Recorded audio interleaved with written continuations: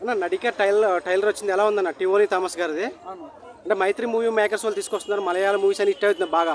రీసెంట్గా ప్రేమల movie hit అయింది, అలాగే మంజుమల్ బాయ్స్ కూడా బాగా హిట్ అయింది. ఇప్పుడు ఈ సినిమా టైలర్ వచ్చింది ఎలా అనిపిస్తుంది? నిజంగా ట్రైలర్ చాలా కొత్త అనిపించింది. నిజంగా మైత్రి మూవీ వారికి నిజంగా హ్యాట్స్ ఆఫ్, చాలా బాగా అనిపిస్తుంది. ట్రైలర్ తీసుకున్న విధానం కూడా చాలా బాగుంది. నిజంగా మైత్రి మూవీ వాళ్ళు ఇట్లాంటి ఎక్స్పెరిమెంట్ చేయడం వాళ్ళు కూడా చాలా కొత్తగా అనిపిస్తుంది. మీరు చూస్తే నిజంగా మొన్న వచ్చిన ప్రేమలు కానీ లైక్ మంజుమల్ బాయ్స్ కానీ సో నిజంగా చాలా కొత్తగా అనిపించింది.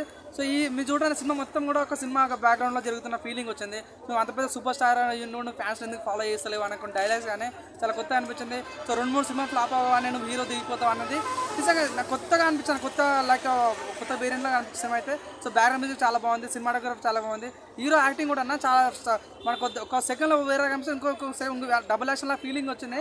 చూద్దాం సినిమా ఏముందనేది చూద్దాం, చాలా బాగా అనిపించింది. సో నటికర్ అనే సినిమా నిజంగా మన ప్రేమలో లాగా ఎదుగు మంచి హిట్ కావాలని కోరుకుంటున్నాను. నాకైతే చాలా నచ్చింది నా ట్రైలర్ అయితే. చూద్దాం మరి ఏం జరుగుతుంది. అంటే మలయాళ సినిమాలన్నీ వరుసకి హిట్ అవుతున్నాయి కదా, చాలా మంచి సినిమాలు వస్తున్నాయి, తెలుగులో డబ్ చేస్తున్నారు. మంజుమల్ బాయ్స్ ఒకటి, ప్రేమల మూవీ ఒకటి, ఈ సినిమా కూడా అంత రేంజ్కి వెళ్తుంది అంటారా? సో నిజంగా సినిమా స్టఫ్ అట్లా అనిపిస్తుంది అన్న. నిజంగా చూసిన విధానం కానీ నిజంగా ట్రైలర్ చూస్తే చాలా కొత్తగా అనిపిస్తాం అంటే ఇట్లాంటి సినిమా మన తెలుగు ఇండస్ట్రీ రాలేదు అంటే లైక్ సినిమా బ్యాక్గ్రౌండ్ సంబంధించిన సినిమాలు కాబట్టి. సో నిజంగా చూద్దాం మరి.